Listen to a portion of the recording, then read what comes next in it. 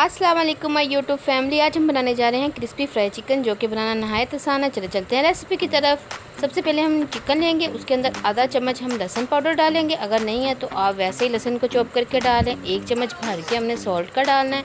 1 चम्मच फुल भर के हमने रेड चिली पाउडर डालना है।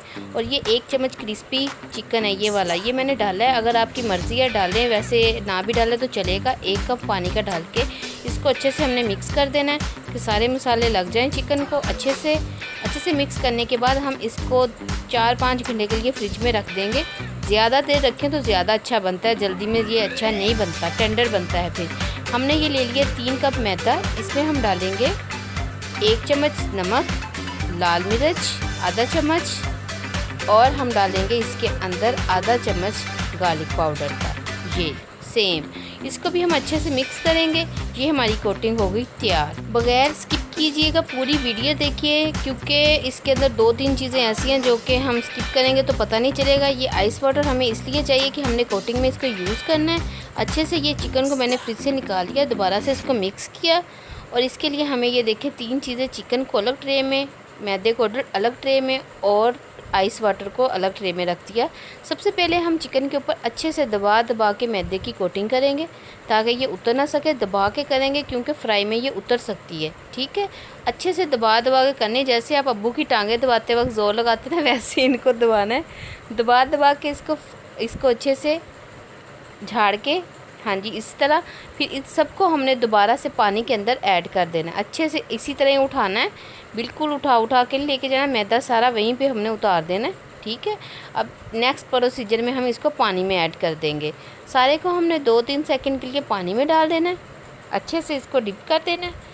डिप करना है इस वजह से कि ये मैदा अच्छे से चिकन के साथ चिपक जाए। इस वजह से आपने पानी ठंडा ही यूज़ करना है, गरम या नॉर्मल नहीं चाहिए, क्योंकि उससे ये ऐसा नहीं होता है, कोटिंग फिर भी उतर जाती है। इस तरह से कोटिंग हमारी नहीं उतरेगी, क्रिस्पी रहेगी। 2-3 घंटे आराम से अच्छे से आप सर्व कर सकती हैं, कोई प्रॉब्लम नहीं होगी। दोबारा से सेम प्रोसीजर हम करेंगे। अच्छे से दबा के इसको फिर से हमने वैसे ही करना है, और अच्छे से इसके ऊपर मैदे की कोटिंग करनी है। और फिर से इसको हमने ज़ोर से झाड़ के अच्छे से, और फिर इसको हमने निकाल देना है एक प्लेट में। ये देखें मैंने सारे कर लिए। सारे करके मैं दिखा रही हूँ कि कैसी ज़बरदस्ती कोटिंग चढ़ी हुई है उनके ऊपर, और नज़र भी आ रही है।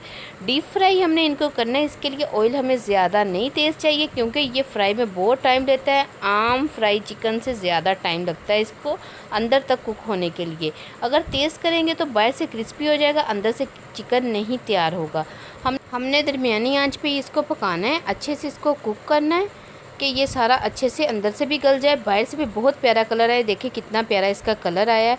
काला कलर बिल्कुल नहीं होने देना, गोल्डन शेड में रखना है, और बिल्कुल लाइट आंच पे हमने इनको पकाना है। बहुत ही मज़े का चिकन तैयार हुआ, ज़बरदस्त चिकन तैयार। देखें कितना क्रिस्पी है। इसी तरह अच्छी वीडियो देखने के लिए हमारे चैनल को लाइक करें, शेयर करें, सब्सक्राइब करें। Thanks for watching. देखिए कितना मज़े का, और मेरा फीडबैक अभी बाकी है, वो भी देखिएगा ज़रूर। Thanks for watching. अल्लाह।